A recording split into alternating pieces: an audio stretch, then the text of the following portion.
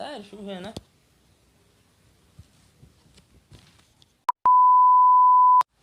Cumprimento a todos com a paz do Senhor Jesus. Meu nome é Jones Chagas e este é meu canal Saudação Diária. Desde já eu quero te pedir, se você ainda não é inscrito no meu canal, que você se inscreva, aperte o sininho para que sempre quando sair um vídeo novo você possa ser notificado e dar aquele joinha para nos ajudar na divulgação do vídeo, beleza? Desde já vamos para a palavra.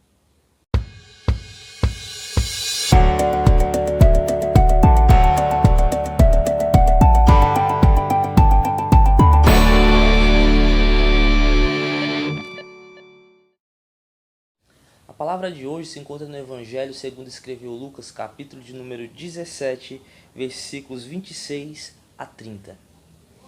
Diz assim a palavra do Senhor Jesus: Como aconteceu nos dias de Noé, assim será também nos dias do Filho do Homem. Comiam, bebiam, casavam e davam-se em casamento, até o dia em que Noé entrou na arca, e veio o dilúvio e os destruiu a todos.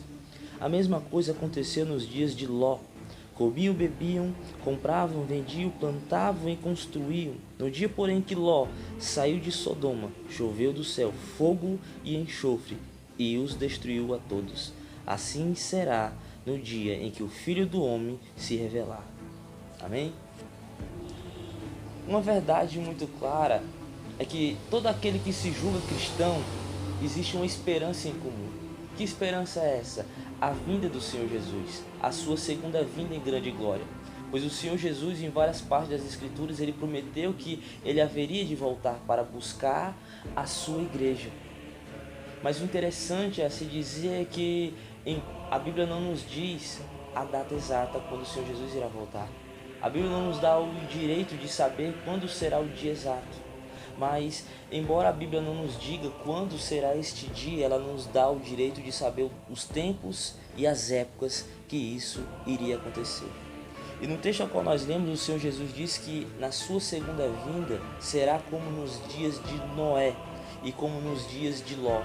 E que dias eram esses? O Senhor Jesus ele vai dizer: as pessoas comiam e bebiam, casavam-se e davam-se em casamento, compravam, vendiam, plantavam e construíam. Mas chegou o dia em que Noé entrou na arca e o dilúvio caiu sobre a terra e matou a todos. E chegou o dia em que Ló saiu da cidade e choveu fogo e enxofre dos céus e destruiu a todos. Agora a pergunta que nós podemos nos fazer é: qual é o mal de comprar? Qual é o mal de vender? Qual é o mal de comer, de casar-se, de edificar, de construir? Afinal, todas essas coisas são coisas listas pela Bíblia. Nós vemos o casamento é uma bênção dada pelo próprio Deus. Como é que isso seria um agravante da vinda de Jesus? Como algo negativo? O que Jesus quer nos trazer aqui é o materialismo. O que Jesus quer nos falar é sobre o materialismo, que nos seus dias, quando ele viesse, o materialismo estaria em grande escala sobre a humanidade. O ser humano viveria em prol das coisas, o ser humano seria servo das coisas. O que seria exatamente isso?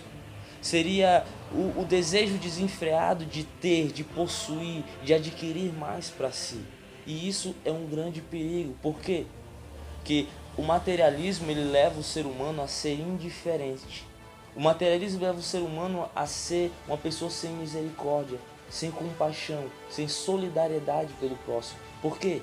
Porque as coisas se tornaram mais importantes para si do que a própria vida, do que o seu próprio semelhante. E se nós formos ver nos dias de hoje, é o que nós vemos. Pessoas dão mais valor às coisas do que os seus semelhantes. As pessoas dão mais valor ao dinheiro, ao lucro, do que o bem-estar do seu próximo. Por isso existe tanta miséria no mundo. Por isso existe todos os dias pessoas morrendo de fome. Por quê? Porque há indiferença, há falta de compaixão, há falta de misericórdia. E existem mais dois fatores sobre a vinda de Jesus a qual o mundo vai estar vivendo. O texto ao qual nós lemos, ele não cita, mas o texto diz que será como nos dias de Noé e como nos dias de Ló. E quando nós vamos ler lá em Gênesis capítulo 6, versículo 11, falando sobre os dias de Noé, o texto vai dizer que a terra estava corrompida segundo aos olhos de Deus e cheia de violência. Ou seja, um dos agravantes da volta do Senhor Jesus será o grande índice de violência sobre a terra.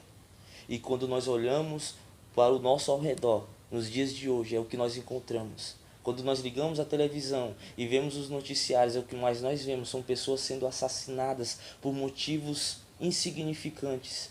Pessoas morrendo de maneira desastrosa.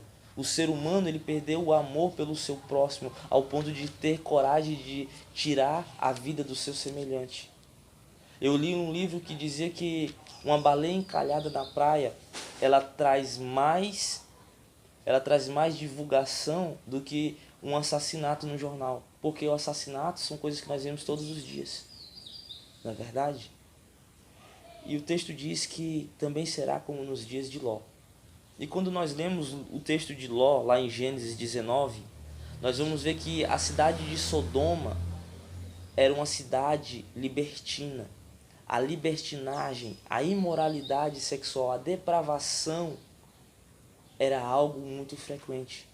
Pois os homens daquela cidade queriam ter relações com os anjos. E quando nós olhamos nos dias de hoje, o sexo não é algo mais respeitado. O sexo foi algo criado para o homem se usar somente dentro do laço matrimonial. E nós vemos os homens tendo essa libertinagem constante. Ou seja, o homem já não respeita mais o seu próprio corpo. Ele se tornou escravo dos seus prazeres. Agora uma pergunta que nós podemos nos fazer. Por que Jesus nos informou sobre essas coisas? Será que Jesus nos informou simplesmente porque queria que nós tivéssemos uma nova informação? Ou porque Ele queria que nós soubéssemos a reagir a essas coisas? Quando nós lemos esse mesmo texto lá no Evangelho de Mateus, no capítulo 24, nós vamos ver o Senhor Jesus nos dando uma advertência para que nós vigiemos. Vigiar o quê? Nós devemos vigiar para não se entregar a esse sistema do mundo. Nós devemos nos vigiar para não se entregar ao materialismo. Nós devemos vigiar para não se entregar sermos pessoas tão vingativas, tão perversas, sem amor com o próximo. Nós devemos vigiar para não se entregar a esse mundo cheio de libertinagem. Amém? Receba essa palavra no seu coração como uma advertência da palavra de Deus para você.